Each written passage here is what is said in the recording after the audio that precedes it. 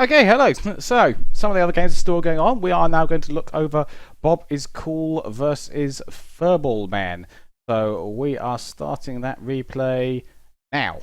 Right, let us switch across there and we shall watch this in action. Unfortunately, you can't avoid the spoiler of how long it took, but we're not going to tell you who won unless you were looking at the brackets page earlier. In which case, don't ruin it for me because I didn't check. So, Ghost, you're joining me for this one. Who are you fancying for this game? I couldn't really tell you because I don't know either one, so I'm going to choose Voices of War for Ballman. I'm going to say Bob is cool. He's been our talk before. Alrighty, so we're at a disagreement. I believe that he's done alright, so come on, Bob is cool. Bring it home for Quitch, make it 2-0. Sorry, but Daddy needs a new pair of shoes and they're going to be made by Quitch, so let's go. Players taking their time over the spawning. I should just check as well that just make sure there's nothing. They haven't spawned on your side yet. What's your timer real quick? 50. Just one. 50. I'm at 54, so yeah, we should be okay. Alright, so the players haven't spawned in yet. Clearly taking their time over the very, very small spawn area. Good decision on where to come in. We shall see what they do, and we shall see if they play out in a similar fashion to the previous game, which I would not expect. That was some incredibly aggressive, single-minded play by Mott in the previous game. Oh, wow. Shots fired, okay. It was as Ghost of Roncat, as Roncat and Saurian pointed out, he didn't expand off to the side, he was very much got in Pie Man's face. But here we go, Verbal Man spawning in and going for a beginning bot factory, whereas Bob is cool going for the more traditional Forge vehicle factory. Well, honestly, I'm actually going to kind of flip that on you here. I think Bob is Cool knows that the vehicle factory is the more kind of standard, it gives you more efficiency, while we've got Furball Man going for possibly a more aggressive bot factory. So I think the bots in their new design and with the Planetary Annihilation Titans expansion, we do see bots as a more aggressive style now instead of the quote-unquote meta of building. Yeah, well, actually, with the speed of the bot fabric as well, I think it'd be wise to perhaps make some play for that area of 6. You've got the speed on that bot fabric, it's going to get out there quite quickly. Vehicle fabric, by comparison, rather slow. So good for grabbing the metal around you, not so much for grabbing some of that outlying areas. But I see all bot factories queued up for Furballman, so I expect we're going to see Docks Rush. Fantastic. It's been a while since we've seen Docks Rush, especially since, like one tournament ago, but that's actually kind of nice to see because now we'll see how the new vehicles and air units in general will stack up against the old kind of rustic aggressive meta of basically last expansion. Well, we're seeing a Pelican get built as well by Furballman, so I'm thinking we are going to see a play against the group of 6. He's going to pick up a fabric, he's going to drop him over there and try and make an early claim for that metal, and that could be quite effective depending on where the air from Bobby's Cool is going. Due to the fact that the vehicle's quite slow. Unfortunately, the Pelican not picking up anything. I think it was a misclick, to be honest. Well, it was a great thought. If unfortunately, it doesn't seem to be making use of that Pelican. Should just grab that fabric he's got, expanding off to his west side there. And just Quitch mind gaming the player before the player even has time to react. Now, this is one thing that I have noticed. Furball Man going for Shocks, the new tier 1 bot unit out of Titans.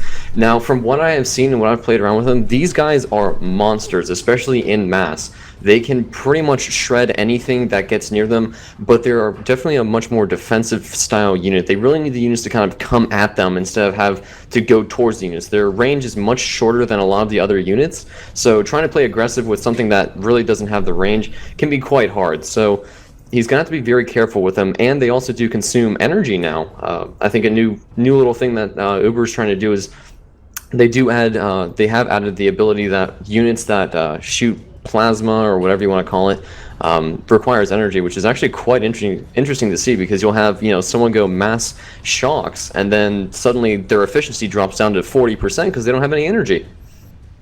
Yes, well, absolutely. The range on them is shorter than, I think, pretty much every other tier 1 unit, including the docks. So they are very much for when an enemy comes around a corner, for example, a mass of these can be devastating, or running through a base where units are forced to get into close quarters, they can again be devastating. But if he's going to use them on the open field, he's going to have to be careful because otherwise the tanks just keep them at range, micro away, and blow those sparks up before they can do anything. He's going to have to use the terrain very carefully. Now this is interesting. It looks like he did actually hear you through the voices of the internet, Quitch, and he did send his bot fabber over to the six island, but there is a turret waiting for it, and it was destroyed immediately.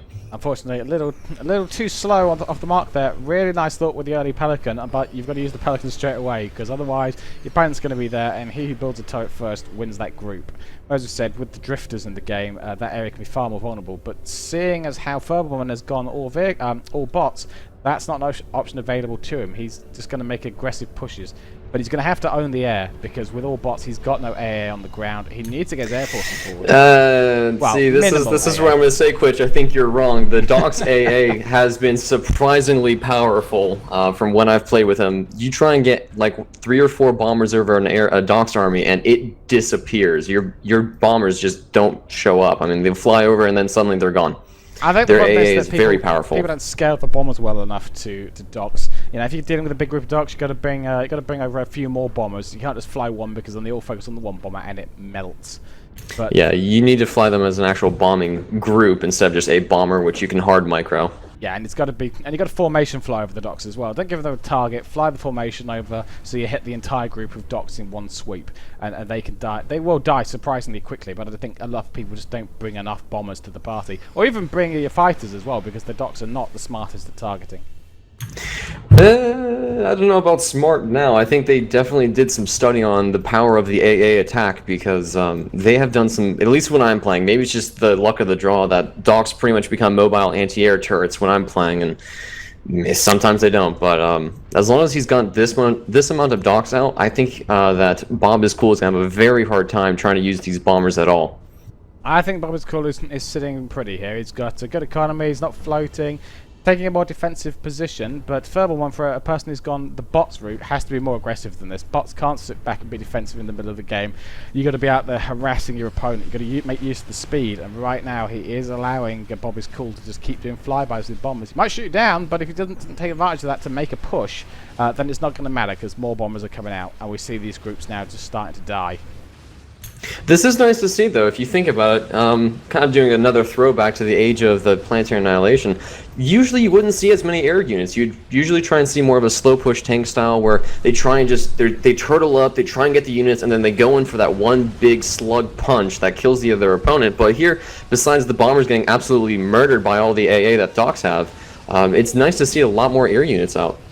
No, absolutely. Forge, I mean, some players wouldn't even build any air on Forge whatsoever. They would purely push tanks, and that has most definitely changed now. A lot more options. I think the Spark's opening up some options for them. The ability to go drifters, giving you some more raiding opportunities, meaning that your position is not as defensive as it once was. But also the fact that, of course, because you've got a lot of new units in the mix now, and people that have a lot of experience with them, we're going to see a lot more experimentation before, rather perhaps a little stale meta that people have settled themselves into quite comfortably.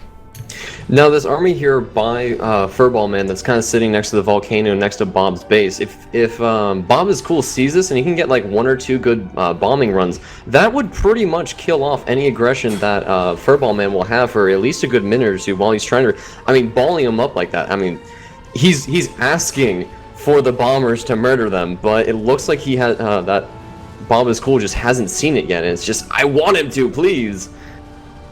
Yeah, unfortunately, I think Furballman here just hasn't used these bots very well. He's been sitting back, he's been playing defensive, but somehow Bob is Cool has got the eco lead, which is definitely wrong. You should, if you're playing defensive, that means you've got to be holding your own eco lead, and you're stopping your opponent from expanding. Oh, Santa Claus is coming early. Oh my goodness, death and destruction to all. That was not pretty there. Furballman losing everything, killing almost He just died right there. I'm going to call it. That was death. Yeah, that I don't see him coming back now. He's miles behind in eco, and he's behind in troops as well, which when you're playing bots is not good. You should be ahead of the unit count at all times. He's lost control of the air that he desperately needed to hold since he's gone down the bots route. It's not looking good for him at all. Nope. With bots, you always need to stay at least 3 times the army size of your opponent who might be going vehicles. If you go anything below, if you're starting to go 1 for 1, maybe 2 for 1, you are going to lose. Tanks, you need to have great numbers to try and kill them off. And at this rate, if Furballman doesn't find some way to try and kill these, maybe go for a comm snipe, maybe go for insane tier 2, which I don't think he can afford with this economy. He needs to find something to try and pretty much snipe Bob is Cool at this point.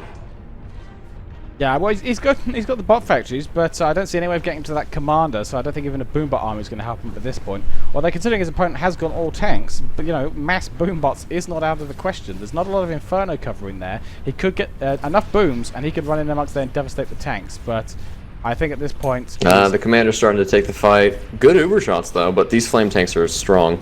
yeah, he's going to have to pull back from there because he can't let the infernos close on him. They will take. Oh, now he's advancing. Oh, very ballsy. Yeah, very good uber shots. His uber control was very strong there. I mean, I think he managed that as best he could, but at this point, I mean, he's even trying to get. There's a bomber. Oh, there was, excuse me, a bomber just sitting over his energy, just bombing it. But yeah, it looks like he is trying to get some vehicles out of his own, but it's just way too little, way too late. Yeah, and with these sparks, he needs to be getting, he needs to be coming around corners or getting his opponent's face, and he's been sitting back. And you've seen a lot of instances where his bots have been picked off. And there we go with the GGs. I think he has resigned because again he's now out of options. Really, I think death was inevitable for him. Bob is Definitely. Bob is cool playing a very very solid game there. Well, congratulations to Bob is cool. I am now leading for the worst predictions since the game has started. I am currently 0-14 now, but whatever. I think for those of us who've been with Exodus eSports before, they will know that Quitch is the horse to back when it comes to predictions. Like a 52% accuracy, and really, you just can't beat that. So pretty much, if you want to win, have me choose your opponent, and you're pretty much guaranteed to win. That's pretty much the prediction here.